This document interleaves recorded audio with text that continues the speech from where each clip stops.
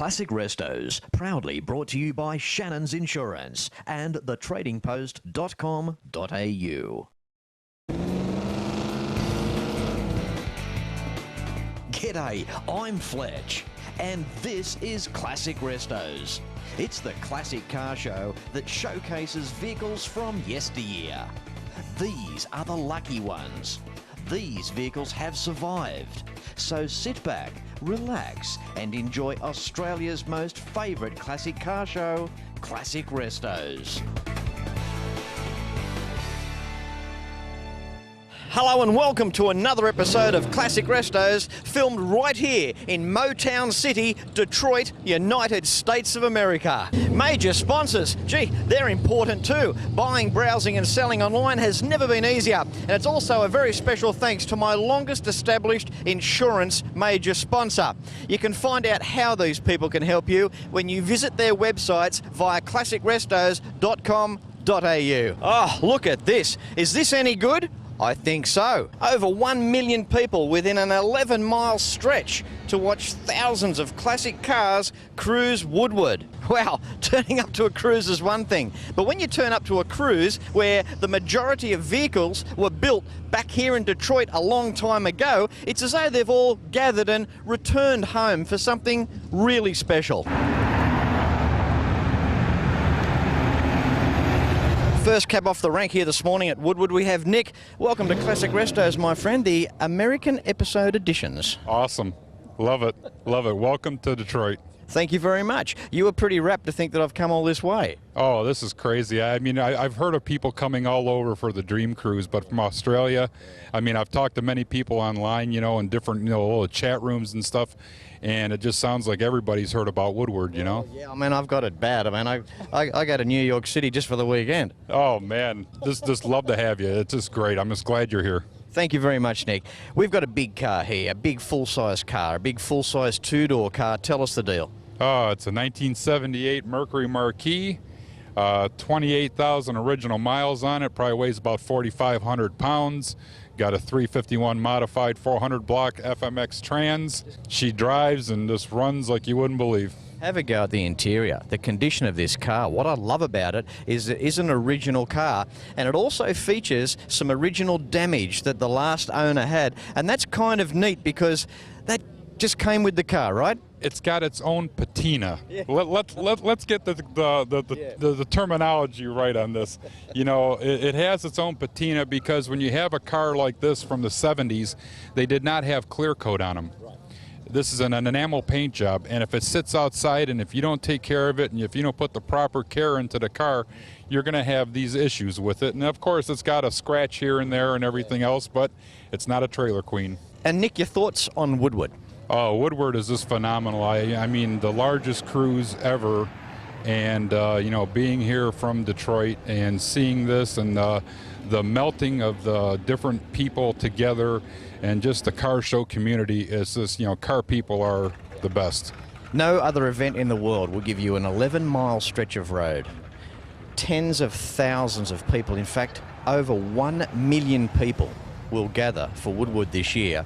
Tens of thousands of muscle cars and classic cars. Personally, Fletch and Classic Restos, I'm on a mission of enticement to try and remind people that Detroit is here and it is well worth the trip to visit Detroit. It is. You know, don't go by all what everybody tells you and what you hear on the news. You come to events like this and you'll see that everybody's not correct, you know. You come here and you bring your family. You know, my grandson's here, and people bring their families. You set up a little tent and you bring your cooler, you have your food. I mean, I've seen people barbecuing out here and everything else, and it's just a great event. And now it's almost stretched out into the whole week. I come out here on Friday and Saturday and just love it. I mean, it's just great. I couldn't think of anything else. It's like my Christmas, you know, almost. Nick, thanks for catching up. Great talking to you, buddy. Very good. Thank you, sir. Just glad to see you. Hope to see you again.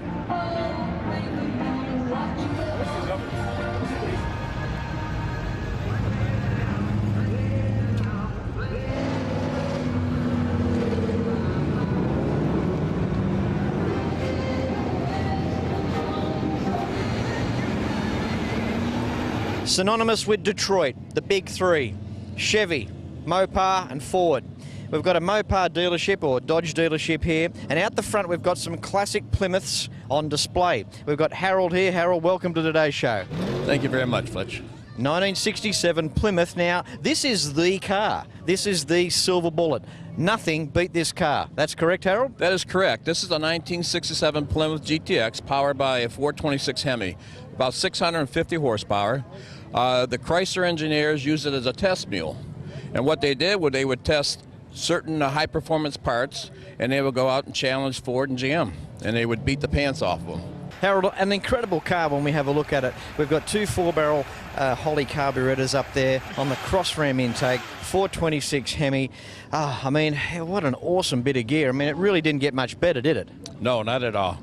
It was the king of Woodward Avenue, 485 cubic inches. I mean, you couldn't get any better than that. That's right, 426 Hemi Stroker. Stroker, that's correct. And of course, all of that, with the 12-to-1 compression. That is correct, Fletch. 12-to-1 compression, 650 horsepower, a 456 gear, 3-speed automatic torque flick transmission. I mean, the car would do 1030s in a quarter of a mile consistently. Yeah. And that was actually unheard of on the streets back then, because your top fuelies were only doing 7.5 seconds. Yeah. They designed a exhaust system with 4 Cadillac mufflers, and the reason why they used the 1968 Cadillac mufflers was because they're the only ones that had a 3.5 or 3-inch inlet and outlet. And the engineers wanted to design it to be as quiet as possible so they can drive it on the street. To go along with the horsepower, some beautiful lines across the side of the Plymouth. I mean, it's a good-looking car. Also, too, the interior is nice as well. A little bit of pencil chrome here and there. Nice car. Oh, yeah, that's correct. I mean, it's a very sexy car if you look at the body lines and the interior. Chrysler did a wonderful job designing this car. Harold, I've got to thank you for your time. Catching up with a guy like you over here in the United States of America, Detroit of all places, doesn't get any better than that. Mate, thank you so much. Look after this car. If you would like me to start it, I can do that too. Oh, well, righto then. Yeah, I've come all this way. Might as well start it. Yeah, we'll start her up. Give me a couple minutes. How about you kick it in the guts for us, Harold? I will.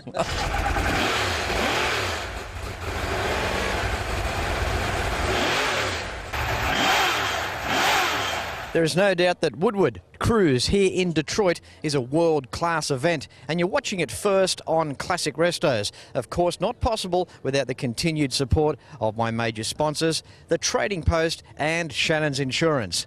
Go to Shannons' website at shannons.com.au or contact them on 134646. Now, don't go anywhere. We'll be back with more Woodward Cruise right after this. Hi, my name is Teresa. We're here at the Woodward Dream Cruise 2012. On Classic Restos, go Fletch! Woo! We have Jim now, US Vice President of Chevrolet Performance. How are you, Jim? Doing great, Fletch. Glad to have you here at the Woodward Dream Cruise. Absolutely. Weather's great. Everything's on our side. Everything is beautiful today. The cars have been cruising for days, but today is the big day. It's the official opening of the Woodward Dream Cruise. Jim, tell us, what does Woodward mean to you guys? I mean, Chevrolet. I mean, after all, you're in the heartbeat here, Detroit. Well, for us, it's a celebration of our best cars, our best trucks, our best powertrains.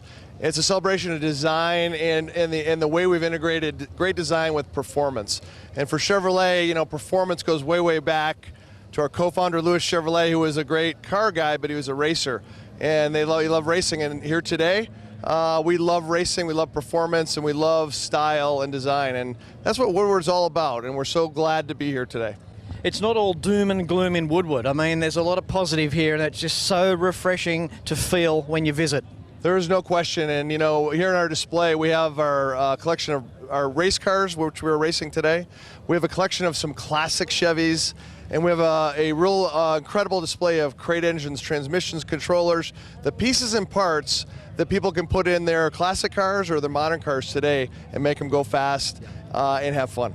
That's great, Jim. Thanks for your time out. Hey, he's a good guy. You can't come to Detroit and not interview a guy about a Ford, a Chevy, and a Mopar. Got to do the big three. We love Chevy performance. We're glad you came.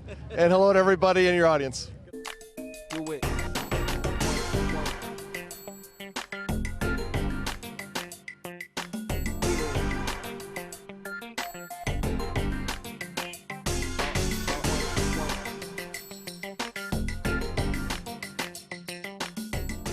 Oh, when it comes to Chevy Novas, tell you what, there's not many nicer than this. Welcome to the show, Dick. Well, thank you, Fletch. Pleasure meeting you. Hey, thank you very much. It's an absolute delight. You know, it's so cool seeing a guy like yourself with such a cool car. Well, thanks. You know, there's a lot of cool cars out here, so it's just one of many. So tell us a story, Dick. Did you buy it like this, or did you? Is this the result of your workmanship? No, I wished I could say that. No, I bought the car as is, and I bought it from California, and I was just able to write the check. I still admire you, and Thanks. I still think it's extra cool that a guy like yourself has got a car that just looks, well, let's face it, it gives you a lot of young image. Oh, well, thank you. By the way, thank you for coming to my birthday party, because today is my birthday. Really? Yes, August 18th. It's the Woodward Dream Cruise. It's also my birthday. I just turned 69 years old, Fletch. See, this is what I love. A 69-year-old guy, he's a 25-year-old stuck in a 69 body, and he's got a 66 Nova. He's never going to get old. He's going to always stay young. Happy birthday, Dick. Well, thank you very much. I appreciate that. The car is brilliant. We look at the beautiful lines of the Nova. We've got a beautiful paint job, a gorgeous interior. What do you love most about the car? Well, I think everything, really. Everything goes together so well with this. The color of the offset in the interior, the nice engine compartment, the air ride suspension. It's just a beautiful car. The only thing is, it drives on the wrong side. It drives on the wrong side. Yeah, well, it's a left-hand drive. You Australians drive on the other side of the road, don't you? Yeah, but not only do we drive on the other side of the road, we've got our steering wheels on the other side of the car. Side of the car. That's what I'm saying. It's the wrong side. Wrong side steer. I'll play up to you, Dick. I'll play up to you. Now, speaking of which, in terms of the way the car drives, engine size, what do we got going up under the hood? Well, originally it was a 327 small block Chevy. It's now a 350 small block. It's got a little bit of sonar head work, camshaft, some little goodies, a Holly carburetor net that's, speeded up a little bit. It's really not a hot rod. It's more a cruiser. You like going quick, though, don't you? Well, yes, I do. I've had mini drag cars and drag raced for quite a few years. You're a good guy. Good on you, buddy. Thanks for being on Classic Restos, the American editions here at Woodward.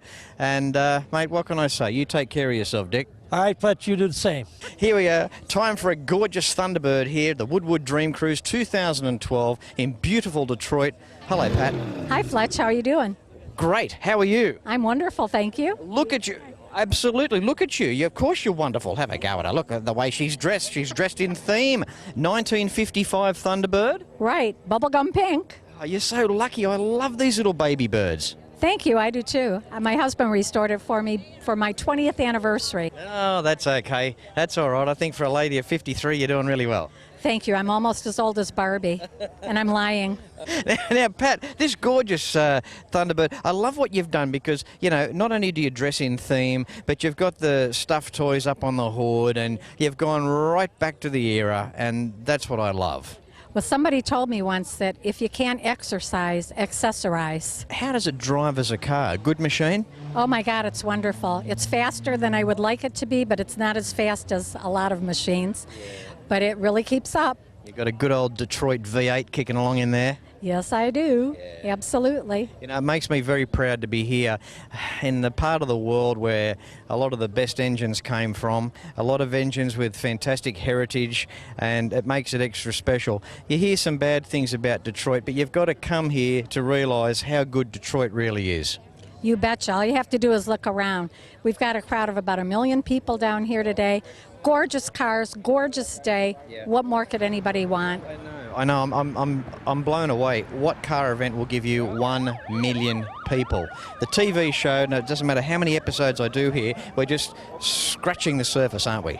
Absolutely, Fletch. You're right about that. All right. I'll let you get back to your stuffed toys and talking to your friends and drinking your wine or whatever you do. You bet. Thank you for the interview. I really enjoyed talking with you. That's all right, Pat. My pleasure. You're watching the Woodward Dream Cruise 2012 here in Detroit, United States of America. You're watching it first on Classic Restos. Thanks to the Trading Post and, of course, Shannons Insurance. Have a go at this car here in front of me. If you've got something like this, there's only one insurance company that you should be with. Find out more at shannons.com.au or give them a call, 134646. Now don't go anywhere because we're going to be back with more Woodward right after this. Time for Cool. This is cool. Mike's cool. Check him out. His truck's cool. A 1970 Fargo, just for fun. Hey, Mike, welcome to the show. Thank you very much. Pleasure to be here, Fletch.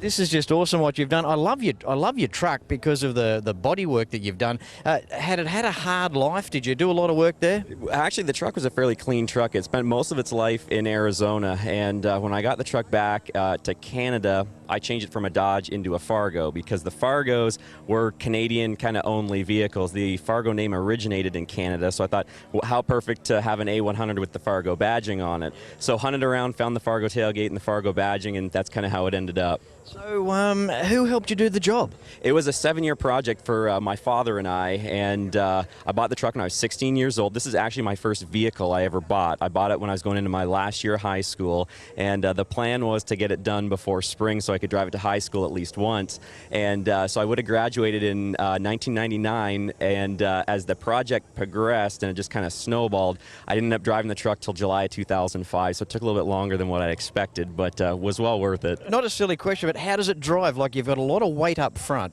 so what's it like on steering? Like, is it fairly tractable? Well, the truck has the original front suspension in it. It's got leaf springs and a straight axle, and when we were building the truck, all my dad's buddies were like, you're going to take the straight axle out of it, right, and put an independent suspension in it, and I was like, no way, man, it's got to have the straight axle because, I mean, it'd be, you know, too cool to leave that in there, and they're like, you're going to regret that. This thing is going to ride like junk. And so when I got the truck done, I was expecting it to be a terrible riding vehicle, and but the truth is this thing rides like a Cadillac. See, he's not silly. He's got the best of both worlds. He's got a cool truck, a lot of weight up front, rides nice. Okay, now it takes us into the power department. Now, anyone that asks the owner of a Hemi, oh, does it go well, does sound a lame question, but I do have to ask you, how does it perform in the Fargo? Well, Fletch, it's actually a 392. It's the early Hemi that came out. This is a 1958 model. It was the one that came out before the 426, but my original plan was when we bought the truck, I wanted to put a 426 in it, but the price of a 426 Hemi, the price tag's pretty good on it, so... You've got it street registered too. It's got wheelie bars out the back. What I love about it over here in the States is you can build something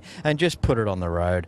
There's just, you know, there's so much less political garbage that we've got to go through in Australia. Yeah, well, I'm actually from Ontario, Canada, and over there's a few hoops you got to get through to get something like this registered, but once you can get it through all the legal BS, you're good to go. Mate, great catching up with you. Take care, Mike. Thanks very much, Fletch. Appreciate it.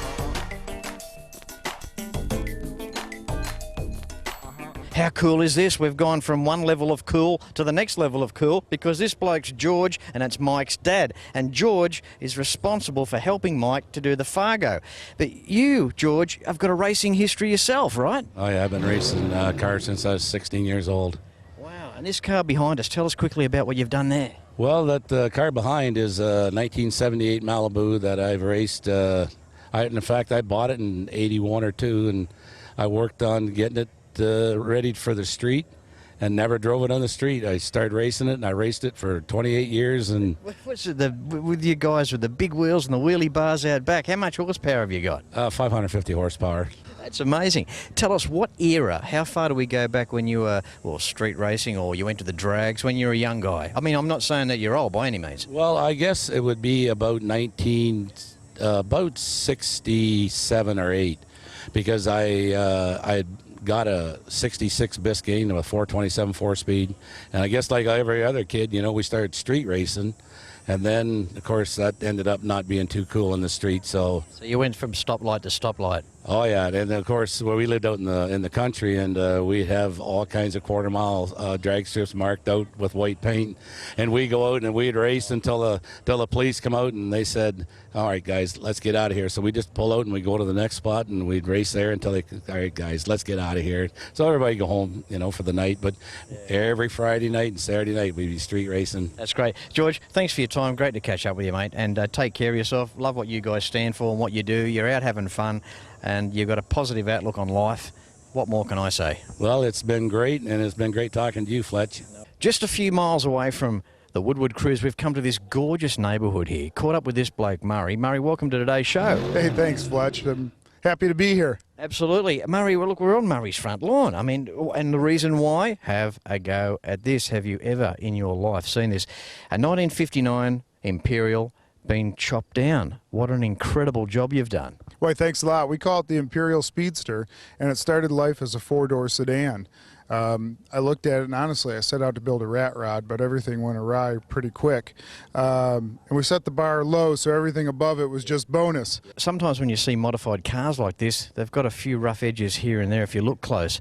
I'm damned if I can find one. This is just a concourse car all the way. The level of ability and the custom work that you've done here, Murray, certainly one of a kind, the only one in the world, it'd be safe to say. Yeah, I hope so. We put a lot of work into it. When I say we, I'd like to say that I did all the work on it, but it was built here in my 2.5 car garage with 10 really great buddies coming by to help out on it nights and weekends. And drinking your beer. Drinking my beer. Some of them only worked on Mountain Dew, but every time they were here, I make sure they were fed. The fridge was full, but it's really built in the hot rodding spirit of what a bunch of guys together can create.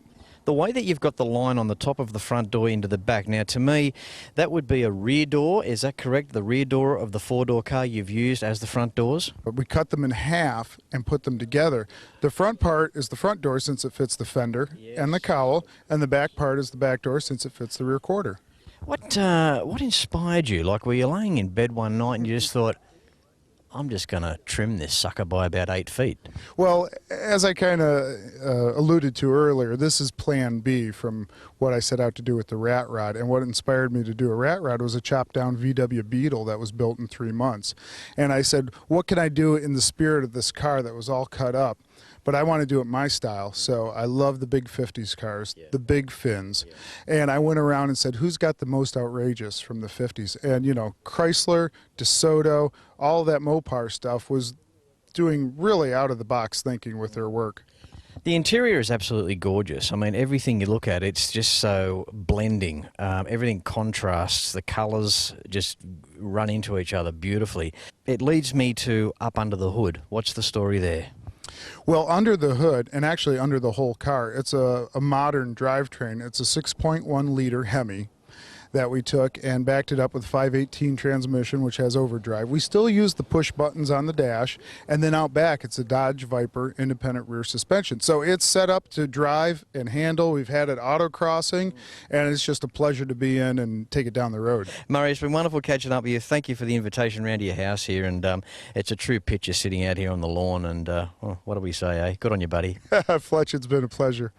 This is Woodward Avenue, Detroit, the road responsible for extraordinary history, when American iron pounded and dominated, in an era naive, yet ahead of its time, boasting automotive technologies. Woodward Avenue, an 11-mile stretch of road when executives from Ford, GM and Chrysler would appear at night and test drive the factory cars. Yes, low 10-second quarter cars were available at the time. This was the muscle car era. It was the classic car era. An era when chrome and stainless steel showcased the car you drove.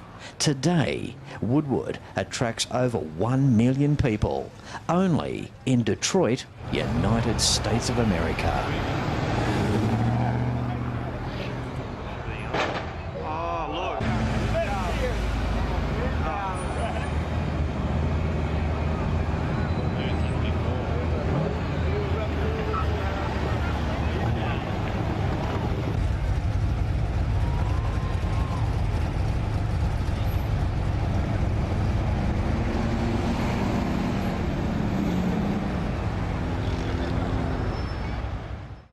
Don't forget to like Classic Restos on Facebook. Facebook.com/Classic Restos TV. And episodes can be seen at shannons.com.au. Well, there goes another Classic Restos. Thanks for riding along with me. For DVD sets and to contact the major sponsors, go to classicrestos.com.au.